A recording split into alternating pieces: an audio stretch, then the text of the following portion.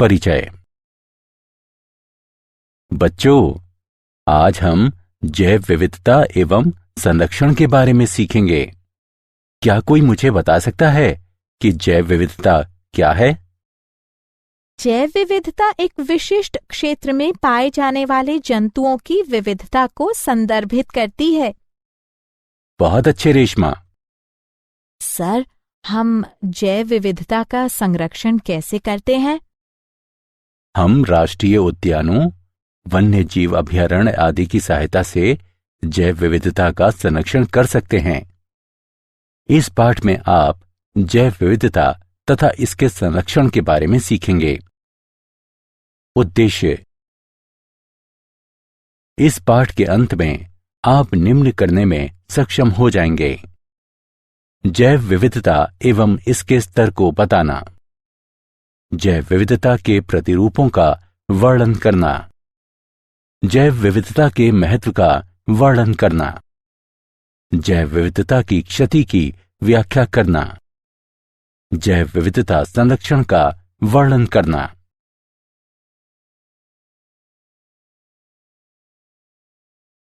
जैव विविधता।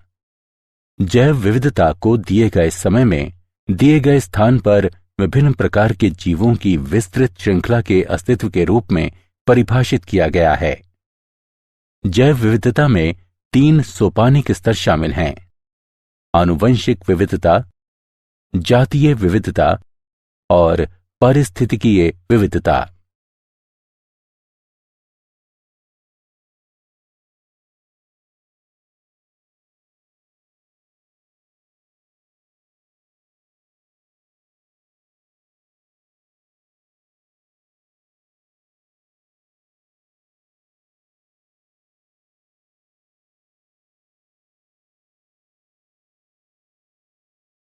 जैव विविधता के स्तर। आनुवंशिक विविधता। एक जाति के भीतर मौजूद आनुवंशिक भिन्नता आनुवंशिक विविधता कहलाती है। आनुवंशिक भिन्नता अलील में, पूरे जीन में या गुणसूत्रीय संरचना में हो सकती है। जातीय विविधता। जातीय विविधता के 2 महत्वपूर्ण मापदंड हैं: जाति प्रचुरता, इसे प्रति इकाई क्षेत्र जातियों की संख्या के रूप में परिभाषित किया जाता है। जाति संतुलितता, ये सापेक्ष प्रचुरता को संदर्भित करती है, जिसके साथ प्रत्येक जाति को एक क्षेत्र में दर्शाया जाता है। पारिस्थितिकीय विविधता, पृथ्वी पर पाए जाने वाले विशिष्ट जैविक समुदायों की विविधता पारिस्थितिकीय विविधता कहलाती है। पृथ्वी तथा भारत में कितनी जातियां यानी स्पीशीज हैं? International union for conservation of nature के अनुसार पादप तथा जंतु प्रजातियों की कुल संख्या 1.5 मिलियन से अधिक हैं। जीविका, स्वास्थ्य, कल्याण तथा मनोरंजन हेतु मनुष्यों के लिए जैव विविधता बहुत महत्वपूर्ण है। उदाहरण के लिए, मानवता अपना सभी कुछ भोजन, चिकित्सा और औद्योगिक उत्पाद जैव विविधता के घटकों से प्राप्त करती है। वैश्विक जैव विविधता का प्रतिनिधित्व।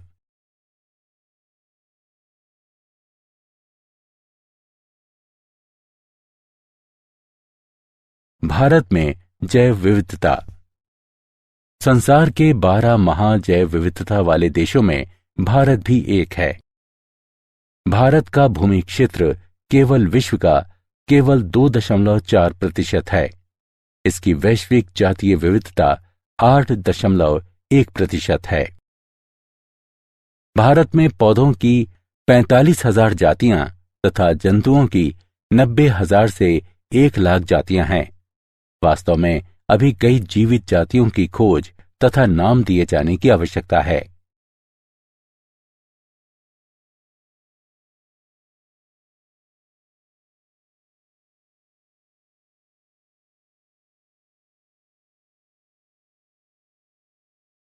जैव विविधता के प्रतिरूप। अक्षांशीय प्रवणता। जैव विविधता पृथ्वी पर एक समान नहीं है। ये अक्षांश या ऊंचाई में परिवर्तन के साथ साथ बदलती है। जब हम उच्च अक्षांश से निम्न अक्षांश की तरफ बढ़ते हैं तो जैव विविधता बढ़ती है। शीतोष्ण क्षेत्र में पौधों के लिए लघु वर्धन काल के साथ साथ कठोर जलवायु होती है। दूसरी तरफ उष्ण कटिबंधीय क्षेत्र में वृद्धि के लिए वर्ष भर अनुकूल परिस्थितियां बनी रहती हैं। अनुकूल पर्यावरण दशाएं जाति उद्भवन के पक्ष में होती हैं तथा अनेक जातियों के अस्तित्व एवं वृद्धि को संभव बनाती हैं। अतः उष्ण कटिबंधीय क्षेत्र में जैव विविधता अधिक होती है। उदाहरण के लिए उष्ण कटिबंधीय वर्षा वनों में संवहनी पौधों की जातियों की माध्य संख्या प्रति 0.1 हेक्टेयर नमूना क्षेत्र में 118 से 236 तक होती है, जबकि ये शीतोष्ण क्षेत्रों में केवल 21 से 28 जातियों की सीमा में होती हैं। विविधता तथा अक्षांश के बीच इस प्रकार का सहसंबंध अनेक वर्गकीय समूहों के लिए भी पाया जाता है, जैसे कि चींटी, तितली, शलभ और पक्षी आदि। जातीय क्षेत्र संबंध। पर्वत पर जातीय विविधता निम्न से उच्च ऊंचाई तक घटती है। ऊंचाई में 1000 मीटर की वृद्धि के साथ तापमान लगभग 6.5 डिग्री सेल्सियस तक नीचे चला जाता है। अधिकतम ऊंचाई पर तापमान में कमी और अत्यधिक मौसमी परिवर्तनशीलता दो मुख्य कारक हैं जो विविधता को कम करते हैं। जातीय विविधता की अक्षांशी तथा ऊंचाई प्रवणताएं दो प्रमुख प्रवणताएं हैं। हालांकि कुछ क्षेत्रीय तथा वर्ग को संबंधित अपवाद हैं। एक ही समय पर अधिक जटिल तथा विषम भौतिक पर्यावरण क्षेत्र में अधिक जटिल तथा विविध वनस्पति एवं जंतुओं का साथ देता है। जाति प्रचुरता तथा क्षेत्र जिसमें व्यापक भिन्नताएं एक लघु गणक पैमाने पर उपस्थित होती हैं, उनके बीच संबंध एक सीधी रेखा दर्शाता है, जिसे कि नीचे दिया गया है। log s बराबर log c जमा z log a। यहां z रेखा का ढलान है और c y अंतःखंड है।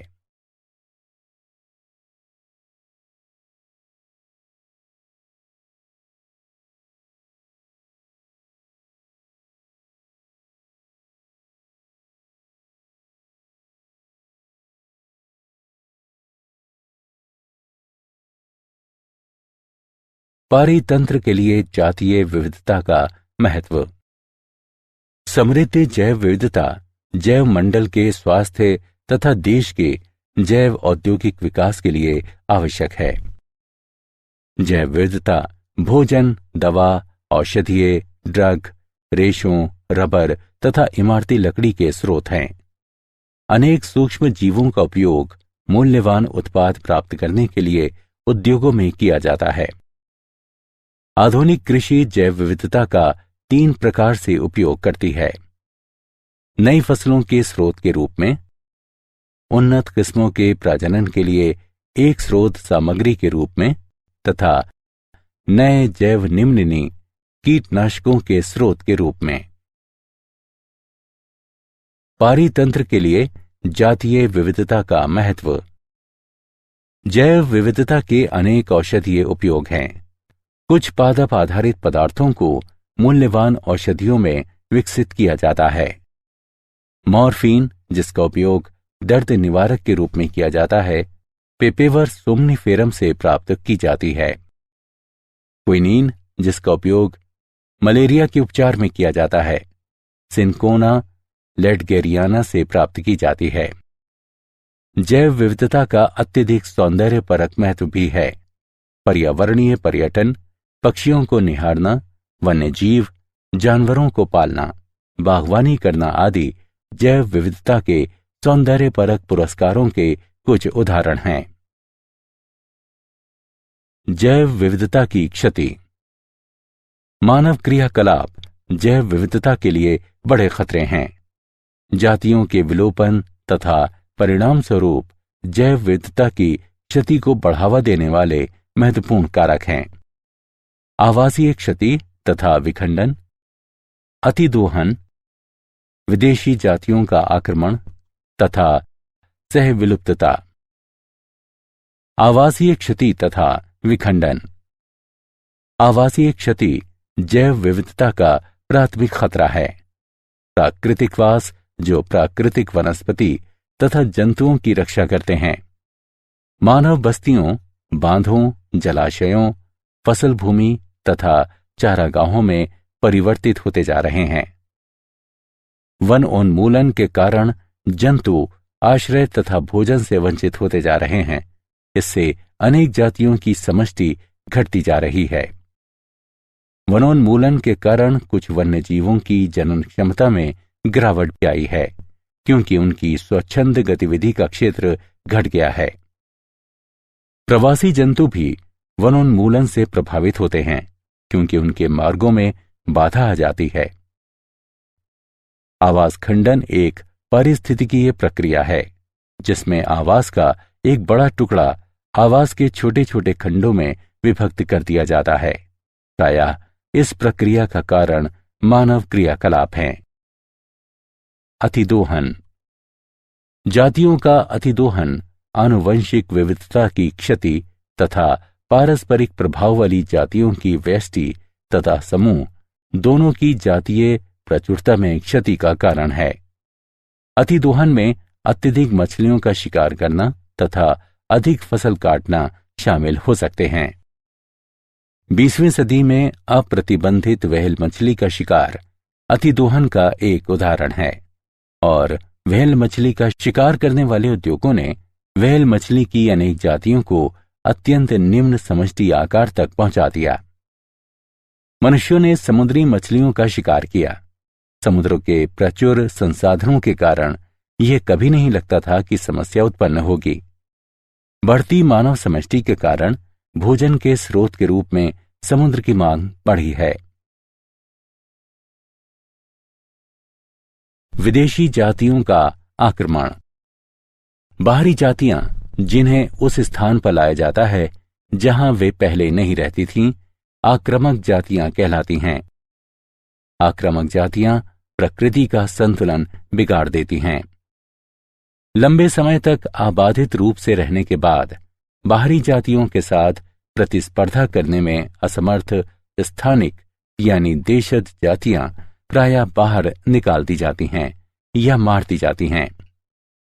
अनेक मछलियों की जातियां जैसे कि ब्लू गिल सनफिश और स्मॉल माउथ बॉस, इन दोनों को पूरे पश्चिमोत्तर अमेरिका में व्यापक रूप से लाया गया था, जहां वे उभयचर समष्टियों के लिए गंभीर खतरा पैदा कर रही हैं।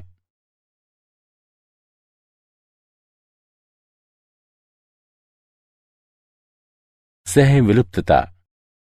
किसी जाति की सहविलुप्तता दूसरी जाति के विलोपन के परिणाम के रूप में उस जाति की क्षति है। उदाहरण के लिए, जब एक पोषक मछली विलुप्त हो जाती है तो उस मछली पर रहने वाले सभी सूक्ष्मजीव भी विलुप्त हो जाते हैं।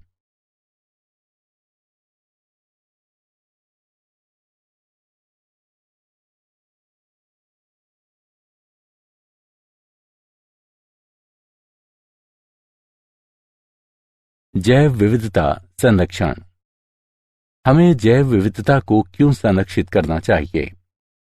जैव विविधता जल चक्र का स्थिरीकरण, मृदा उर्वरता का रखरखाव, फसलों एवं अन्य वनस्पतियों का परागण तथा पर निषेचन, मृदा अपरदन के विरुद्ध सुरक्षा और भोजन उत्पन्न करने वाले एवं अन्य परितंत्रों की स्थिरता सहित पारिस्थितिकीय प्रक्रियाओं को बनाए रखने में महत्वपूर्ण भूमिका निभाती है।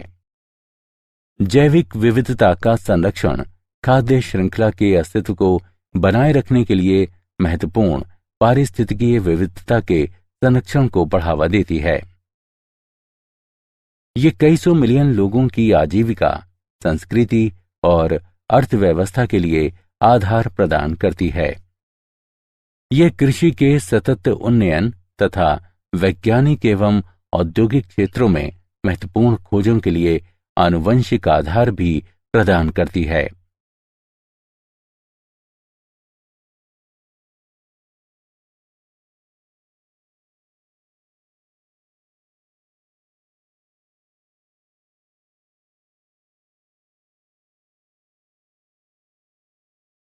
जैव विविधता को हम कैसे संरक्षित करें? भारत समृद्ध जैविक विविधता वाला देश है और इसने वैश्विक जैव विविधता में काफी योगदान दिया है। भारत फसलीय पौधों की 167 खेती की जाने वाली जातियों तथा 320 वन्य संबंधित जातियों का देश है।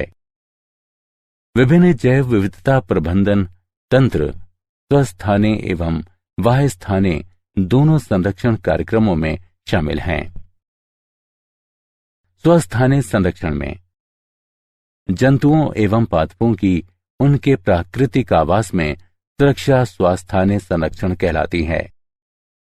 स्थापित प्राकृतिक आवास हैं राष्ट्रीय उद्यान एवं अभयारण्य, जीवमंडल आरक्षित बायोस्फीयर रिजर्व, प्रकृति आरक्षित तथा सुरक्षित वन, परिरक्षण प्लॉट तथा आरक्षित वन। पहली पहल 1936 में कार्बेट राष्ट्रीय उद्यान की स्थापना थी। ये कानून द्वारा पूरी तरह से संरक्षित है। पार्क में जलाने वाली लकड़ी बीनना और जानवरों को चराना जैसे मानव क्रियाकलाप की अनुमति नहीं है।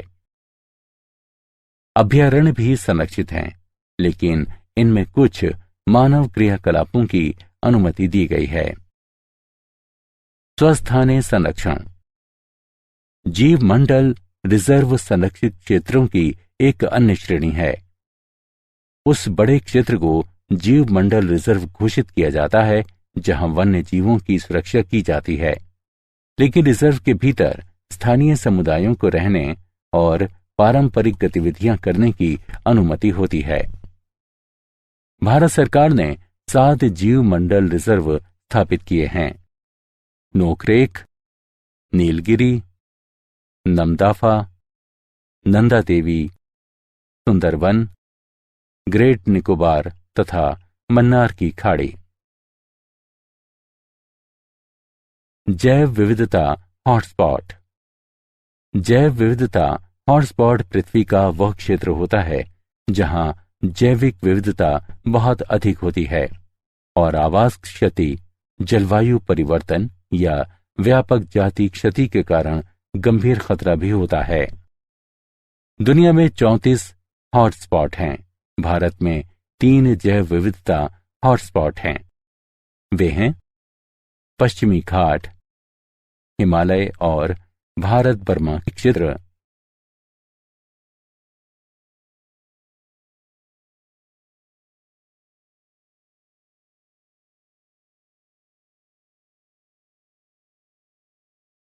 वाह्यस्थाने संरक्षण पादप एवं जंतुओं के वाह्यस्थाने संरक्षण में उनके प्राकृतिक आवास से अलग एक विशेष स्थान पर उनकी सुरक्षा करना शामिल है।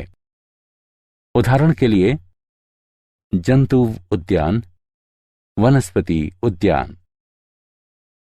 फसलों, जंतुओं, पक्षियों एवं मछली प्रजातियों के सभी आनुवंशिक पदार्थों को national bureau of plant genetic resources नई दिल्ली तथा national bureau of animal genetic resources आदि के द्वारा संग्रहित एवं संरक्षित किया जाता है। जब हम जाति को उसी आवास पर पुनः लाते हैं जहां से ये विलुप्त हो गई थी, तो ये वाह्यस्थाने संरक्षण का एक अन्य रूप होता है। उदाहरण के लिए गंगा नदी में पाए जाने वाले घड़ियालों को उत्तर प्रदेश, मध्य प्रदेश और राजस्थान की नदियों में पुनः लाया गया जहां ये विलुप्त हो गए थे।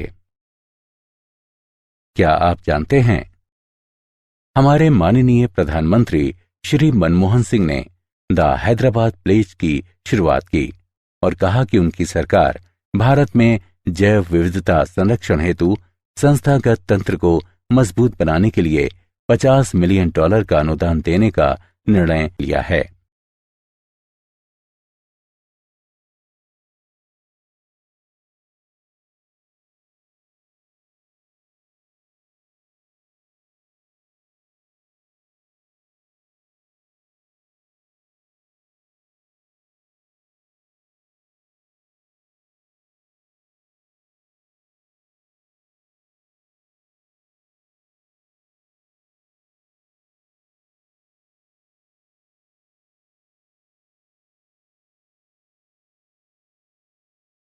सारांश। आइए हमने जो कुछ सीखा है उसे संक्षेप में दोहराएं। जैव विविधता को दिए गए समय में दिए गए स्थान पर विभिन्न प्रकार के जीवों की विस्तृत श्रृंखला के अस्तित्व के रूप में परिभाषित किया गया है। जब हम उच्च अक्षांश से निम्न अक्षांश की तरफ बढ़ते हैं तो जैव विविधता बढ़ती है। पर्वत पर जातीय विविधता निम्न से उच्च ऊंचाई तक घटती है। जैव विविधता जैव मंडल के स्वास्थ्य के लिए महत्वपूर्ण है, क्योंकि ये भोजन स्रोत के रूप में कार्य करती है और इसका अत्यंत सौंदर्यपरक महत्व भी है। मानव क्रियाकलाप जैव विविधता के प्रमुख खतरे हैं। इसमें आवास क्षति तथा खंडन, अतिदोहन, विदेशी आक्रमण जातियां, सह विलुप्तता शामिल हैं। पादप एवं जंतुओं की उन्हीं के प्राकृतिक आवास में सुरक्षा इन सेतु संरक्षण कहलाता है।